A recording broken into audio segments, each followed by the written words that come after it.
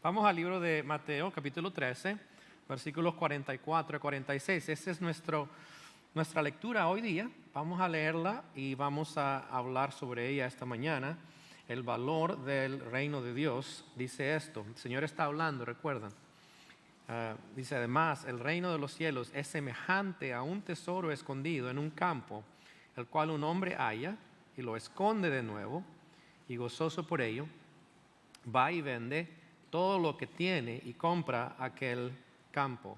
También el reino de los cielos es semejante a un mercader que busca buenas perlas, que habiendo hallado una perla preciosa, fue y vendió todo lo que tenía y la compró. Puede sentarse. Esta semana, si ustedes están enterados sobre las cosas que están pasando en los medios de comunicación o en lo que llamamos las redes sociales, el billonario Elon Musk, o Musk si quiere decirlo en español, fundador de varias compañías, que es también el presidente de la compañía Tesla, que hace los carros eléctricos. Esta semana comenzó el proceso de comprar a Twitter, si usted quiere decirlo así, o Twitter, por $44 billones. Esto creó un pandemonio en las redes sociales, especialmente en Twitter. Algunos no lo quieren, etc. Hay toda una discusión. Elon es considerado actualmente el hombre más rico del mundo con un valor de $252 billones. ¿Qué le parece eso? Esto quiere decir que tiene suficiente dinero para comprar Twitter, ¿cierto? Si él equivale a 252 millones y hay 44 billones, puede comprarlo. Sin embargo, realmente no funciona así. Él no creo que va a poner esos 44 billones inmediatamente. Es un proceso aún de prestar dinero para llevarlo a cabo. Pero pudiera comprarlo de esa manera. Algo es para él valioso para que él haya querido hacer eso. Algo le llama la atención acerca de Twitter que quiere comprarlo. Además, está en proceso de comprarlo. Miren lo que escribió acerca de esto. Dijo: la expresión libre es el fundamento de la democracia y Twitter es el centro digital donde los asuntos vitales de la humanidad son debatidos. ¿Sí ve lo que está diciendo ahí? Para él, la libre expresión es algo muy valioso que está dispuesto a arriesgarse y comprar esta compañía que cree que tiene esta función. No estoy seguro de que él hubiera estado dispuesto a invertir toda su fortuna en algo más que él no consideraba valioso. No, miramos que en nuestra serie que hemos estado viendo sobre las historias del reino, y miraremos hoy día algo muy valioso. Quizás para Elon no es valioso lo que vamos a aprender esta mañana, pero el Señor nos enseñó que el reino de Dios, el reino de los cielos, es muy valioso, mucho más valioso que lo que Él está tratando de hacer. Esa es la conexión hoy día. Si Él considera eso muy valioso, invertir esta plata, ¿qué debemos considerar nosotros como valiosos, como creyentes? El Señor nos dijo qué debemos considerar como valioso. Nos dijo el reino de Dios es muy valioso y en esta mañana vamos a hablar sobre ello.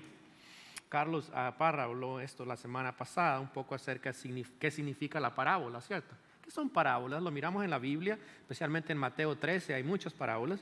La idea es de una historia que literalmente es tirar al lado, va tirando historias, va dando historias.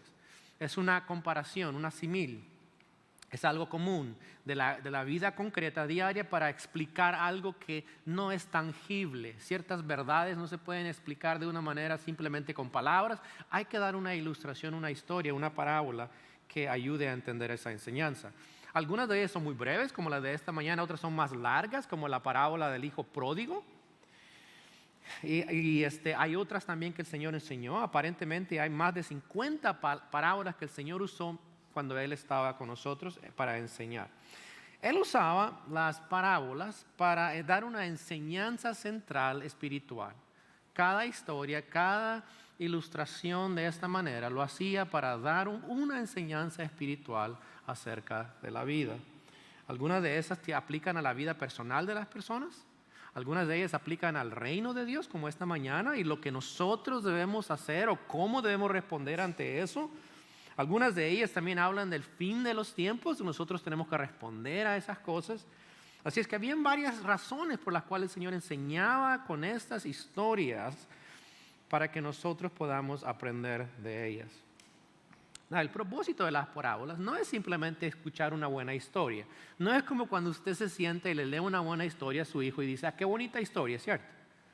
El propósito de esta historia es que nos debe llevar a nosotros a hacer algo al respecto cuando escuchamos estas historias o estas parábolas. Que el Señor quiere que lo apliquemos a nuestra vida, lo que Él nos está enseñando a través de ellas. Y hoy día miraremos que Él dice, el reino de los cielos es semejante. Entonces el Señor nos va a enseñar lo que significa el valor del reino de Dios o el reino de los cielos. Y vamos a mirar a dos historias o dos parábolas, dos comparaciones muy breves y qué significan para nosotros hoy día. Primero hablemos qué es cuando el Señor dice, el reino de los cielos es semejante a. ¿Qué significa eso, el reino de los cielos? El reino de los cielos o de Dios es lo mismo. Algunas veces se usa reino de los cielos, reino de Dios. ¿Por qué reino de los cielos y no reino de Dios? Bueno, pues los judíos evitaban decir el nombre de Dios muchas veces. Entonces, en lugar de decir Dios, preferían decir cielos. Y se entiende cuando dice cielos, está diciendo Dios. El reino de Dios o el reino de los cielos es así. Es un sinónimo. Además, dice que el reino de Dios, nos enseña la Escritura, fue iniciado cuando el Señor vino por primera vez. El Señor comenzó su ministerio proclamando la venida del reino de Dios. Miren Marcos 1:12 lo que dice. Comenzando su ministerio dice esto, el tiempo se ha cumplido y el reino de Dios se ha acercado. ¿Y qué dice el Señor? Arrepentíos y creed en el Evangelio. Los judíos estaban esperando el reino de Dios, el reino de los cielos. Y el Señor comienza su ministerio diciendo, ya está aquí el reino de Dios. Ya está aquí. ¿Por qué? Porque el Hijo de Dios había venido ya a cumplir las profecías bíblicas y dar comienzo al reino de Dios en la tierra. Y empezó a proclamar ese mensaje de arrepentimiento, de creer en Él como el Señor y Salvador. Su culminación de este reino se llevará a cabo en la segunda venida del Señor. Ese es el reino de Dios que fue iniciado con la venida del Señor. Además, hay un aspecto muy importante que el Señor enseñó acerca del reino de los cielos, el reino de Dios. Y tiene que ver con el gobierno de Dios en nuestras vidas. Cuando usted escucha estas palabras, el reino de Dios, el reino de los cielos, tiene la idea también de que Dios desea reinar en la vida nuestra. Él es el que gobierna el cielo, es el que gobierna la tierra y Él también debe de gobernar nuestra vida. ¿Sabe? Muchas veces decimos el reino de los cielos, pero decimos, bueno, realmente no está reinando hoy día. Bueno, Él debería comenzar a reinar en nuestros corazones primero. Esa es la idea. Cuando el Señor predicaba esto, Él quería que la gente se sometiera a lo que Él enseñaba que es parte de su reino. Y como creyente ese es nuestro llamado. Y sin embargo hay varias cosas que debemos saber sobre el gobierno de Dios en nuestra vida. Uno es que Dios es soberano sobre todo. Dios es soberano sobre todo. Toda decisión y acto humano está controlado por la soberanía de Dios. Nada de lo que pasa, nada de lo que va a pasar, está fuera de la soberanía de Dios. Dios ya ha decretado muchas cosas que van a suceder, o todas las cosas, y Dios es soberano de todo. Segundo es que Dios tiene control de todo. Siendo Dios soberano, lo controla todo. Quiero decirle, Dios no ha perdido el control de este mundo. Algunas personas piensan, bueno, todo está muy mal, yo creo que Dios ha perdido el control. No, Dios no ha perdido el control. Todo está dentro de su plan. Y cuando el Señor habló del reino de Dios, o el reino de los cielos que había llegado, era que Dios Hijo había venido, no solo a declararnos el reino de Dios, sino también a hacerlo una realidad a todos los que hemos creído en Él como nuestro Señor y Salvador. Sabemos también que Él vendrá otra vez, ¿cierto? Esta mañana celebraremos la Santa Cena y parte de la Santa Cena es proclamar su venida. Cuando Él venga, ¿qué va a hacer? Va a establecer su reino. Llegará ese día. Eso es el reino de los cielos, el gobierno de Dios en nuestra vida. En cuarto lugar, el reino de Dios será revelado en su segunda venida, como lo acabo de decir. Los judíos tenían una oración muy común que se llamaba Kadish, tiene que ver con la palabra de santidad de Dios. Mira lo que decían ellos: glorificado y santificado sea el gran nombre de Dios en todo el mundo que ha creado de acuerdo con su voluntad. Que establezca su reino en tu vida y durante tus días y dentro de la vida de toda la casa de Israel rápidamente y pronto. Y di amén. ¿Sí ves esto? A propósito, la usaban más para los entierros y velorios. ¿Me puede imaginarse esto? Están hablando del reino, lo proclamaban, lo decían en estos eventos fúnebres. Pero ve lo que ellos estaban proclamando: que Dios reinara en el corazón hasta que Él también viniera a reinar y estableciera su reino. Nosotros estamos esperando también el reino de Dios. Estamos esperando cuando ese día, cuando el Señor se manifieste y establezca su reino. Y es por eso que el Señor dijo: cuando oremos, ¿qué decimos? Padre nuestro que estás en los cielos, ¿qué? Santificado sea tu nombre. ¿Qué es lo que sigue? Venga tu reino. Queremos que el Señor venga, queremos que establezca su reino en la tierra y queremos también que lo haga en nuestra vida. Eso es lo que es el reino de los cielos, el reino de Dios. Pero ¿cómo? ¿Cómo es el reino de Dios? ¿Cómo es el reino de los cielos? Ahora miremos lo que dicen estas parábolas. Dice: el reino de los cielos es semejante, y el Señor va a explicar. ¿Qué es lo que va a explicar? Es que estas parábolas tienen que ver con la forma, número 3 que miramos, el gobierno de Dios en nuestras vidas, más que todo. No tiene que ver tanto como el gobierno físico que va a reinar, más bien tiene que ver con el gobierno de Dios en nuestras vidas. Y la persona que ha encontrado o descubierto el reino es aquella persona que ha creído en Cristo y su mensaje. Eso es lo que nos enseñan estas parábolas. Estas dos historias nos dicen cómo responden las personas que descubren el reino de Dios o el reino de los cielos cuando ellos creen en el Evangelio. Así es que voy a escuchar que voy a decir reino de los cielos, voy a decir Evangelio, voy a decir Cristo, porque esa es la idea de estas parábolas. Es la persona que recibe el Evangelio, que cree en Cristo, es la persona que está recibiendo al reino de Dios en sus vidas. Miremos acerca de estas parábolas, lo que nos enseñan en cuanto a cómo es el reino de Dios o el reino de los cielos. En primer lugar, su valor no es muy obvio hasta que lo descubre la persona. Esa es la idea del tesoro escondido. Dice el Señor: además, el reino de los cielos es semejante a un tesoro escondido en un campo, el cual un hombre halla y lo esconde de nuevo, y gozoso por ello va y lo vende todo lo que tiene y compra aquel campo. Primero vea algo ahí: la persona que encontró el tesoro no estaba buscando el tesoro. ¿Vio eso? Pero lo encontró, al estar ahí encontró el tesoro. ¿Y qué hace? Lo vuelve a esconder para poder comprar ese campo, ¿verdad? Y poder tener ese tesoro. Segundo, veo que también tiene gozo al descubrir ese tesoro. Es muy obvio que esa persona está muy contenta de haber encontrado ese tesoro. Ese descubrimiento son las mejores noticias. ¿Qué son las mejores buenas noticias que tenemos nosotros? Lo puede decir, ¿cierto? ¿Qué es? El Evangelio. Cristo es las mejores noticias. Son lo que produce más gozo para nosotros. Solo el Evangelio puede traer ese gozo de Dios en nuestras vidas. ¿Qué es ese mensaje? Esas buenas noticias: que el Señor, que Cristo vino a morir en la cruz, a morir por nuestros pecados para darnos salvación. Y parte de la proclamación nuestra es compartir a la gente y decirle que también Él viene otra vez. Pero Él necesita reinar primero en nuestras vidas. Tercero, vean que la persona no solamente está gozosa de haber encontrado este tesoro, pero también vende todo para comprar el campo. Lo que está haciendo esta persona está entendiendo el valor del campo debido al tesoro y está dispuesto a sacrificarlo todo. Esta persona tiene que desprenderse, obviamente, de todo lo que tiene para adquirir este tesoro.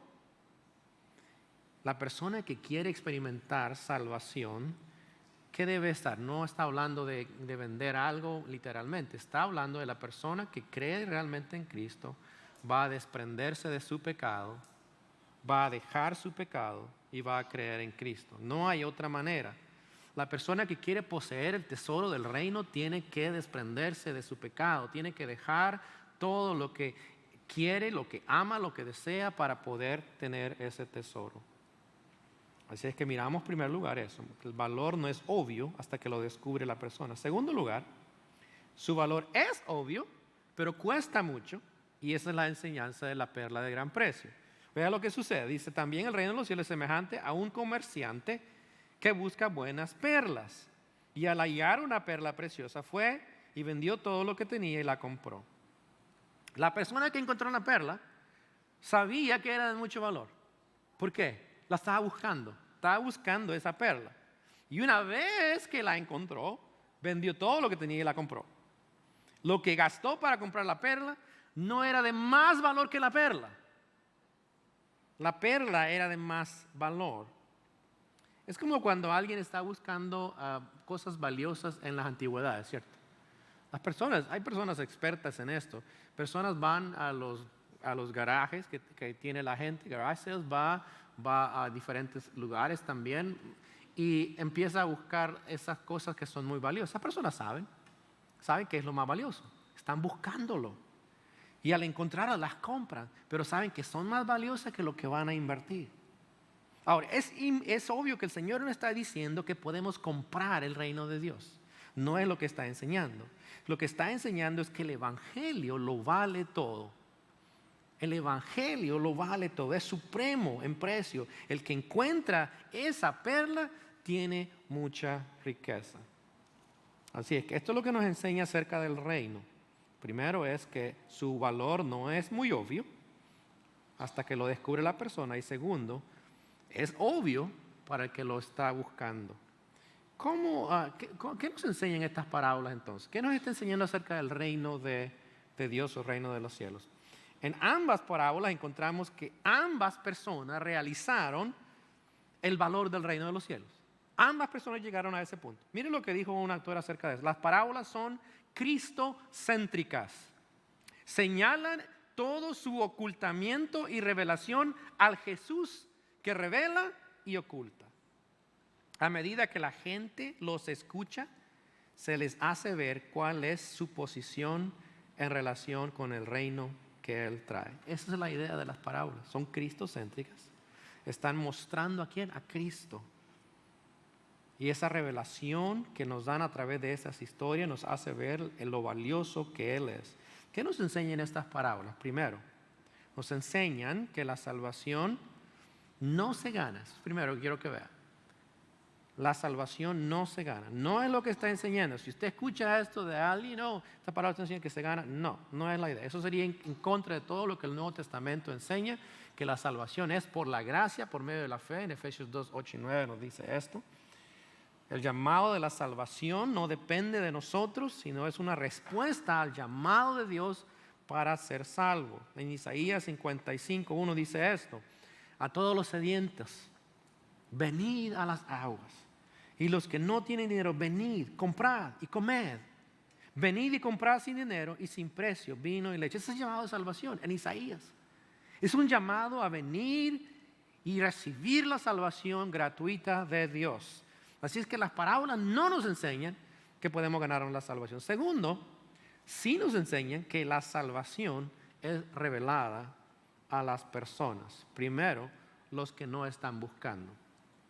Hay personas que no están buscando el tesoro escondido, no están buscando el reino de Dios. Esta persona no sabe, no reconoce el valor del Evangelio. Está haciendo sus propias cosas hasta que el Señor llega y le muestra que debe de creer en Él. En Isaías 61, 1 y 2 dice fui buscado por los que no me preguntaban por mí, fui hallado por los que no me buscaban, dije a gente que no invocaba mi nombre, heme aquí. ¿Ve lo que está pasando? Dios está manifestándose a una persona que no estaba atento a la voz de Él y está llamándole, aquí estoy. ¿Sabe? Ese fue mi caso. Ese fue el caso mío. Yo era niño cuando llegué a los Estados Unidos en mi adolescencia, pero yo no estaba buscando al Señor.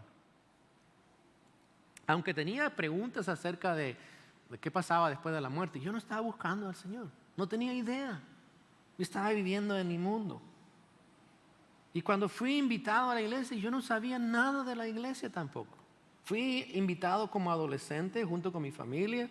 Comencé a ir a la iglesia sin saber qué era la iglesia. La primera vez que yo entré a una iglesia estaban cantando himnos, se me hacía algo bien raro, no sabía qué era eso. No eran los cantos como los de hoy día, bien modernos, eran himnos.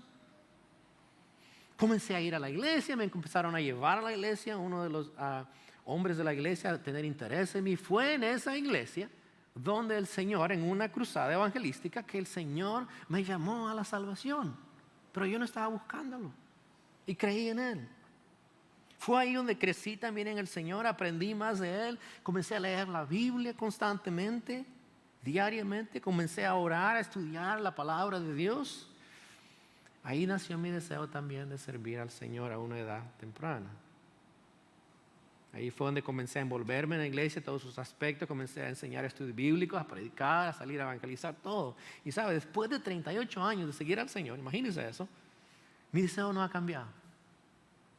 Al contrario, al ver que me hago más viejo, más entiendo el valor del reino de Dios, el reino de los cielos. Y quiero que otras personas también puedan encontrar ese tesoro que yo he encontrado. Deseo que esas personas también quieran servirle a Él y yo también querer servir más a Dios. Quizás ese eres tú, quizás no estás buscando nada. Quizás viniste a la iglesia, estaba viniendo a la iglesia y no estás buscando nada. Te sientes bien, piensas que no necesitas nada, pero la realidad es, como acabamos de leer en el texto en Isaías, el Señor te está llamando a que vengas a Él, le busques a Él, te arrepientas, creas en Él, vivas para Él, descubras el tesoro escondido que Él ha manifestado y revelado. Él quiere mostrarte su salvación. En esta mañana tienes la oportunidad de venir a Él y creer en Él. Ahora quiero decirte esto, si hoy, después de escuchar esto, has escuchado el valor del tesoro, lo rechazas, tú sabes que tú eres responsable. No eres la persona que, yo jamás alguien me ha mostrado cuál es el tesoro. Desde este día en adelante tú vas a saber que el reino de Dios ha sido revelado a ti, el evangelio ha sido proclamado a ti, el tesoro valioso es dado a ti. Tú tienes la opción de recibir ese tesoro o decides también rechazarlo. Pero la responsabilidad ahora cae sobre ti. No puedes decir, a mí yo no sé qué es eso. No, tú ya sabes lo que es. Recuerdan la semana pasada Carlos habló sobre los tipos de semillas, ¿cierto? Tipos de corazones. ¿Se acuerdan cuáles eran? El primer corazón es aquel que, el duro de corazón, ¿cierto? Le tiras la semilla y rebota. Se la llevan los pájaros, se la comen. Personas escuchan y como si nada. La segunda clase de semilla es ¿cuál? Aquella que recibe y ¿qué pasa? Crece rápidamente, ¿verdad? Pero el sol le da a esa planta y ¿qué pasa? Se marchita. Y dice, son las cosas, son los problemas de la vida. Vienen, las personas están, yo quiero. ¿Y cuántas personas he visto en mi vida de creyente que comienza, yo quiero seguir al Señor? Y vienen las pruebas, las cosas. Cómico, porque algunos están en los servicios, aleluya. Yo recuerdo a un joven de la iglesia hace mucho tiempo y gritaba mucho, aleluya, gloria. Desde atrás gritaba, todo el mundo le escuchaba. Pues no duró mucho ese aleluya y gloria a Dios, quiero decirle. Vinieron las pruebas y se acabó eso. ¿Sí ve? Es el segundo tipo de corazón. Y el tercero es ¿cuál? Aquel también que recibe. ¿Y qué pasa? Las espinas crecen, ¿verdad? ¿Y qué hacen? La ahogan y no da fruto. Esa es la persona que ¿qué? La persona que todas las cosas de este mundo, los afanes, las riquezas de este mundo ahogan la palabra y no produce fruto. Escuchen el mensaje, pero todas esas cosas les llaman más la atención y no creen en el Señor. Y la cuarta tipo de corazón es aquel que ¿qué hace? Que recibe, cree, ¿y qué pasa? Y da fruto, y mucho fruto. Esa es la persona creyente. Esa es la persona que encuentra el tesoro y cree en ese tesoro. Y todos aquellos que no, imagínense eso. Póngase a pensar usted, si usted encuentra un tesoro, usted diría, tesoro, magnífico, me voy. ¿Usted piensa eso? ¿Usted piensa eso? No, ¿verdad? ¿Usted le parece tonto? ¿Sí? Yo sé que están diciendo que sí. Pónganse a pensar esto. El tesoro que el Señor ofrece a las personas es mucho más grande que eso. y las personas todavía no lo quieren recibir. ¿No le parece eso tonto? Si tú estás en esta mañana, no has creído en el Señor, quiero decirte, eso es tonto lo que estás haciendo. No creer en el Evangelio, el tesoro, realmente es una necedad tuya. Ese es el llamado del Señor. Entonces nos enseñan estas parábolas de aquellos que no están buscando el encuentro. Pero segundo, también nos muestran las personas que están buscando. Hay otros que están buscando significado en sus vidas y no lo encuentran en nada. Están buscando en algo valioso que les dé significado, pero no lo encuentran. Lo buscan en el dinero, no lo encuentran. Lo buscan en su carrera, no lo encuentran. Lo buscan en sus posesiones, no lo encuentran. Están buscando en el estatus social, en la atención, no lo encuentran. Lo único que puede darle significado a esa persona es la perla de gran precio, que solo el Señor te puede dar. Miren Isaías 55, 6 y 7. Dice, buscad a Jehová mientras puede ser hallado. Llamadle en tanto que está cercano. Sí, el Señor está cerca, llámale, búscale mientras está cerca. Deja el impío su camino y el hombre inicuo sus pensamientos, y vuélvase a Jehová, el cual tendrá de él misericordia, y al Dios nuestro, el cual será amplio en perdonar. Lo que está diciendo es, el que está buscándome a mí me va a encontrar. Dios se va a manifestar en la vida de esa persona que realmente está buscándole con ese deseo. ¿Dónde está esa perla de gran precio que yo no tengo en mi vida? Y la busca y la busca y la busca. El Señor dice, me vas a encontrar si me buscas mientras hay tiempo. Eso nos enseña esta parábola. Quizás tú eres esa persona que está buscando. Ya está aquí. El Señor dice, está cerca. Lo que Él pide ahora, que tú dejes tu camino de pecado, tus pensamientos, y vuelvas, te encamines, te arrepientas y vuelvas a Él, el cual va a perdonarte y darte esa perla de gran precio. Eso es lo que nos enseñan estas parábolas. Nos enseña sobre el valor de la salvación que es revelada a aquellas personas que no están buscando y a aquellas personas que están buscando. En tercer lugar, también nos enseñan el valor de la salvación. Ciertamente el reino de Dios de los cielos es de valor sin igual. Nada vale más que el reino de Dios o el reino de los cielos. Ambas personas hicieron algo que mostró el valor del reino. Ciertamente todos también tuvieron que arriesgarse al venderlo todo y en cierta manera perderlo todo para ganarlo todo. Eso fue exactamente lo que el Señor dijo que tenía que ser una persona que quiere ser un seguidor de Él, ¿sabía? Puedes quedarte con lo que tienes, puedes quedarte con lo material, pero eso es una pobreza espiritual y lo perderás todo al final. Y sin embargo, si lo das todo, puedes ganarlo todo. Miren lo que dijo el Señor en Mateo 10, 24 a 27. Entonces Jesús dijo a sus discípulos, si alguno quiere venir en pos de mí, niéguese a sí mismo y tome su cruz y sígame. Porque todo el que quiera salvar su vida la perderá. Y todo el que pierda su vida por causa de mí la hallará. Porque ¿qué aprovechará el hombre si ganare todo el mundo y perdiere su alma? ¿O qué recompensa dará el hombre por su alma? Porque el Hijo del Hombre vendrá en la gloria de su Padre con ángeles, con sus ángeles, y entonces pagará a cada uno conforme a sus obras. ¿Sí ven lo que está diciendo? El Señor está diciendo que hay que dejarlo todo, hay que estar dispuesto a todo para ser un seguidor de Él. Las riquezas espirituales que Él te da cuando tú decides dejarlo todo para seguirlo a Él, no se comparan a lo que tú puedas dejar. Obviamente no son los tesoros tangibles que el Señor está hablando, las verdaderas perlas o verdaderos tesoros. Quiero decirte, esa teología hoy día que existe, que si tú crees en el Señor, Dios te va a prosperar y te va a dar tanto dinero. Eso es errado a la Escritura. Pero te voy a decir, lo que Dios te da es superior a eso. Hay un pasaje que me encanta mucho porque cada vez que lo leo me hace ver la grandeza de lo que Dios ha hecho en nuestra vida. Los tesoros que nos ha dado son superiores a todo. Bien, leámoslo juntos en Efesios capítulo 1 versículos 3 al 14. Vaya usted, cuando leamos este texto, mire lo que Dios nos ha dado como creyentes. Y usted dígame, piense en su mente si no es esto grande o no. Las riquezas de Dios que nos da al creer en Cristo son incomparables a cualquier tesoro que pueda imaginarse. Más que los 200 billones que tiene Elon. Mira lo que dice. Esto es lo que Dios nos da a los que hemos creído en Él, los que somos sus seguidores. Ese es el valor de la salvación, lo que nos da cuando creemos. Mire lo que dice Pablo. Alabado sea Dios, Padre de nuestro Señor Jesucristo, que nos ha bendecido en las regiones celestiales con toda bendición espiritual en Cristo. Note eso, toda bendición espiritual. Y mire lo que dice.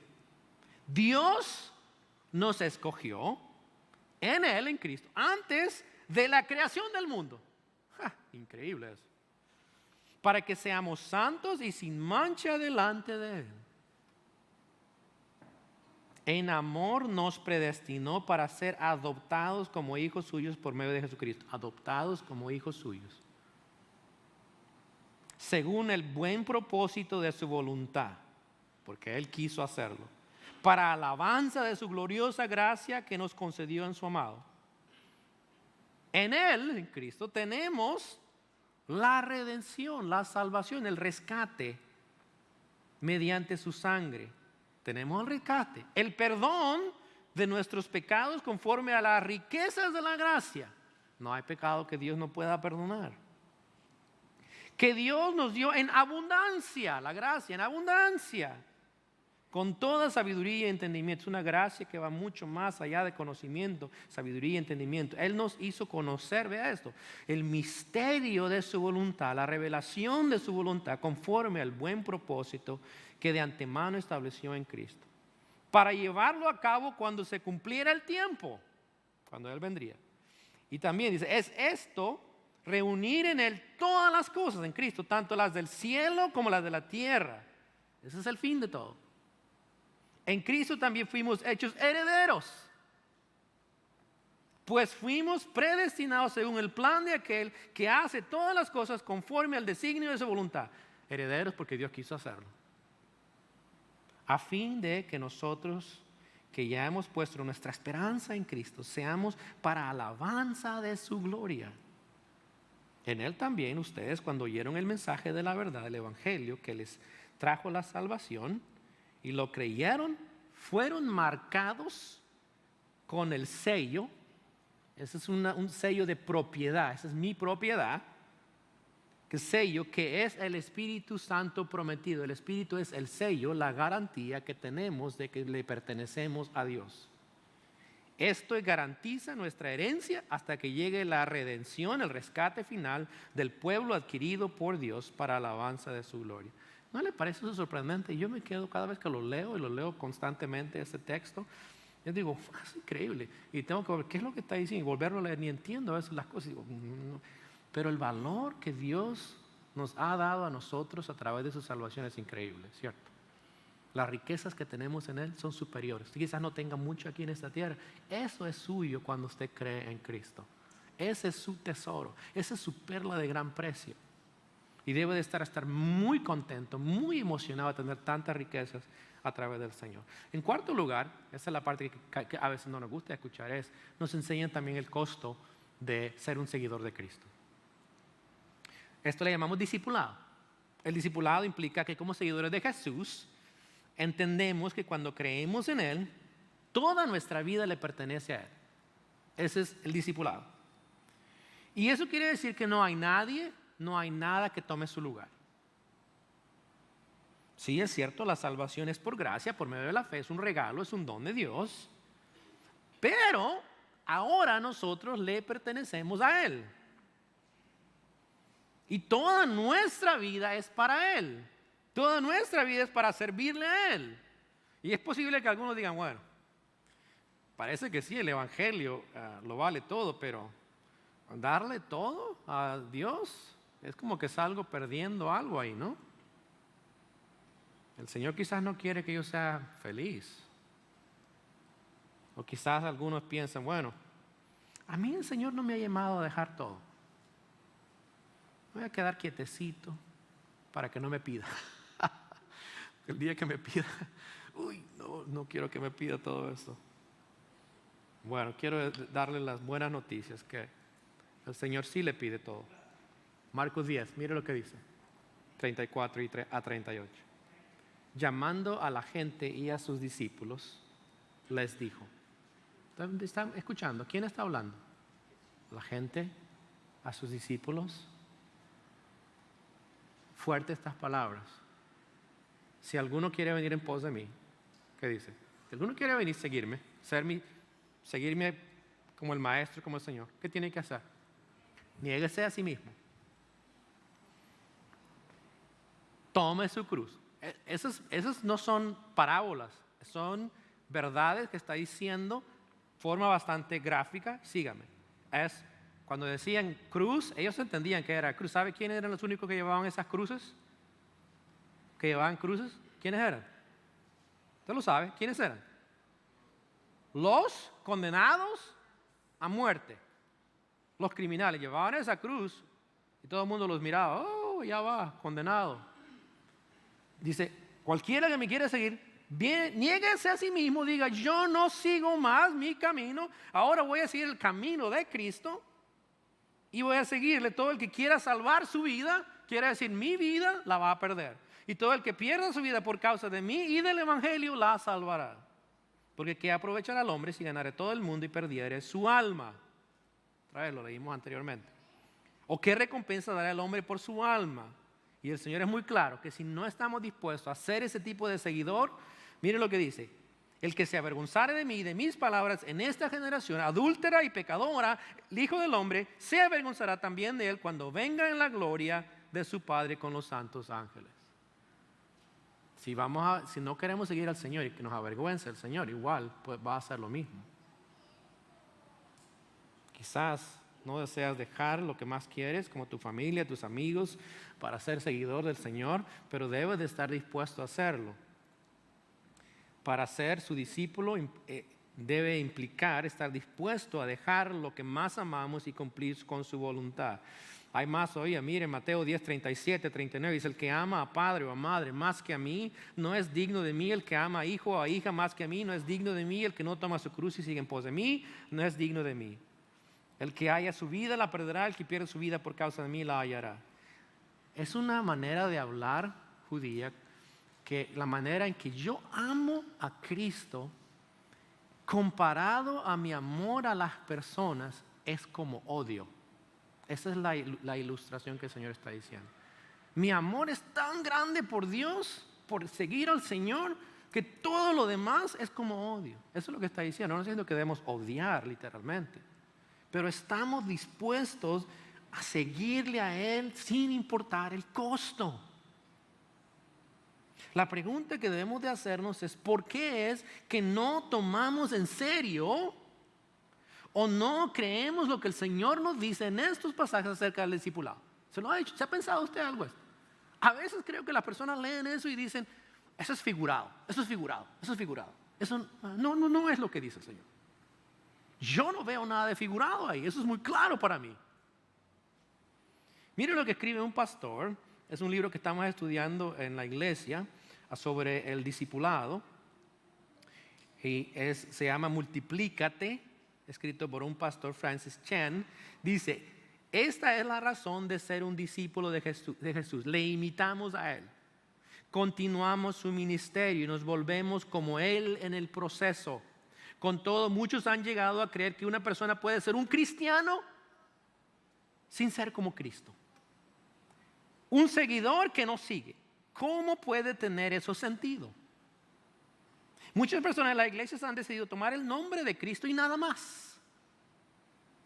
Esto sería como si Jesús se acercara a sus discípulos y dijera, oigan, ¿les importaría identificarse conmigo en alguna forma? No se preocupen, no me interesa en lo absoluto si ustedes pueden hacer algo o cambiar su estilo de vida. Estoy simplemente buscando personas que estén anhelando decir que creen en mí y llamarse cristianos. ¿De veras? Dice él. Nadie puede verdaderamente creer que esto es todo lo que significa ser un cristiano. Pero entonces, ¿por qué tantas personas viven de esta forma? Parecería que hemos perdido la visión de lo que significa ser un seguidor de Jesús. El concepto de ser un discípulo no es difícil de entender, pero afecta todo. ¿Está claro? lo que yo dije, Él lo dijo en un párrafo. La idea es esa, el discipulado, si es serio, va a demostrarse en la manera en que yo sigo a Cristo. La pregunta en esta mañana es, o varias preguntas. Primero, ¿has encontrado el tesoro escondido? ¿Tienes la perla de gran precio? Si tu respuesta es no, ya no tienes ninguna razón de no creer en Cristo. La responsabilidad cae sobre ti. Cree el mensaje del Señor cuando Él dijo: arrepentidos porque el reino de los cielos se ha acercado. El reino está muy cerca de ti en esta mañana. Si no has creído, no lo ignores, arrepiéntete, da tu vida en Él. Y si eres un seguidor de Jesús, las preguntas para nosotros es esta: ¿somos discípulos comprometidos siguiendo su llamado? ¿Soy un discípulo comprometido a su llamado? Es una buena pregunta para hacernos. Y la segunda es esta: ¿qué te está deteniendo? ¿Qué te está deteniendo para ser un seguidor del Señor? Esta mañana espero que al meditar en esto, quiero darte unos 30 segundos antes de tomar la Santa Cena y pensar, ¿cómo estoy siguiendo al Señor en esta mañana? ¿Soy ese discípulo comprometido que ha creído en Él? ¿Soy aquel creyente que ha encontrado ese tesoro tan valioso, esa perla de gran precio, pero estoy como si eso no fuera una realidad? Si ese es el caso, esta mañana es una buena oportunidad para decirle al Señor: no, yo quiero ser un verdadero seguidor tuyo. Señor, gracias en esta mañana por este tiempo que nos das y podemos venir ante ti para agradecerte por lo que has hecho a través de Cristo. Gracias que solamente a través de Él, de su muerte, sepultura, resurrección, que podemos nosotros recibir el tesoro de la salvación, que produce gozo y alegría en nuestras vidas, que transformó todo nuestro ser y nos dio una nueva vida. La perla de gran precio, supremamente valiosa, Señor, nos has dado a los que te hemos conocido. Esta mañana ruego por cada uno de nosotros aquí presente, que seamos discípulos, seguidores tuyos, que de veras vivamos estas verdades, que estemos emocionados de poder compartir lo que tú nos has dado con aquellos que no están buscando y con aquellos que están buscando. Y en esta mañana, Señor, queremos rogarte que obres en cada uno de nosotros. Toma un tiempo para elevar tu oración a Dios referente a lo que has escuchado.